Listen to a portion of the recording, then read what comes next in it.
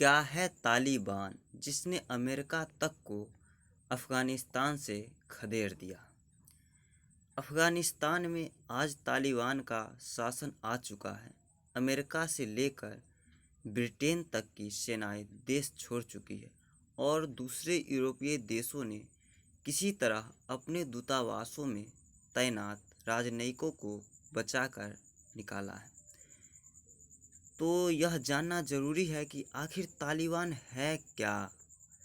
तो इसके बारे में हम लोग जानने का प्रयास करते हैं। क्या है तालिबान? तालिबान शब्द का पश्तून में मतलब होता है छात्र और इससे संगठन के सदस्यों की ओर इशारा, जिन्हें मुल्ला मोहम्मद उमर का छात्र माना गया। साल 1994 में उमर ने कंधार में तालिबान को बनाया था। तब उसके पास 50 समर्थक थे जो सोवियत काल के बाद गृह युद्ध के दौरान अस्थिरता, अपराध और भ्रष्टाचार में बर्बाद होते अफ़गानिस्तान को संवारना चाहते थे। विदेश मामलों के जानकार कमर आगा बताते हैं कि तालिबान बहुत बड़ा गुट है जिसकी काउंसिल क्वेटा सूरा का हेडक्वार्टर पाकिस्तान के क्वेटा में है, जो बलूचिस्तान की राजधानी है। संगठन के सारे लीडर वहीं रहते हैं और वहीं मिलते हैं। उसके बाद हम लोग दूसरा कारण जानने का प्रयास करते हैं, अफ़गानिस्तान में कैसे फैला।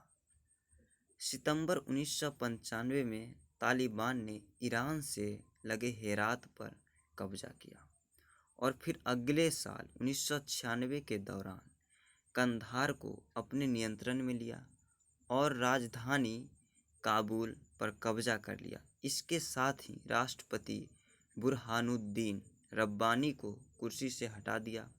रब्बानी अफ़गानिस्तान मुजाहिदीन के संस्थापकों में से एक थे, जिन्होंने सोवियत ताकत का विरोध किया था। साल 1998 तक करीब 90% अफ़गानिस्तान पर तालिबान काबिज था। तीसरा कारण, अफ़गान लोग क्यों विरोध में। तो शुरुआत में अफ़गानिस्तान के लोगों ने तालिबान का स्वागत और समर्थन भी किया। इससे मौजूदा अव्यवस्था के समाधान की शक्ल में देखा गया। फिर धीरे धीरे कड़े इस्लामिक नियम लागू हो जाने लगे। चोरी से लेकर हत्या तक के दोषियों को सरेआम मौत की सज़ा दी जाने लगी। समय के साथ रूढ़िवादी कट्टरपंथी नियम थोपे जाने लगे। टीवी और म्यूजिक को बैन कर दिया गया। लड़कियों को स्कूल जाने से मना कर दिया गया। महिलाओं पर बुर्का पहनने का दबाव बनने लगा। चौथा कारण क्या है, अमेरिका के निशाने पर क्यों है आखिर तालिबान। तो अमेरिका के वर्ल्ड ट्रेड सेंटर पर आतंकी हमले के बाद अल-कायदा सरगना ओसामा बिन लादेन को तालिबान ने पनाह दे रखी थी और अमेरिका ने इससे ओसामा को सौंपने के लिए कहा, लेकिन तालिबान ने इनकार कर दिया। इसके बाद अमेरिका ने अफ़गानिस्तान में घुसकर मुल्ला ओमार की सरकार को गिरा दिया।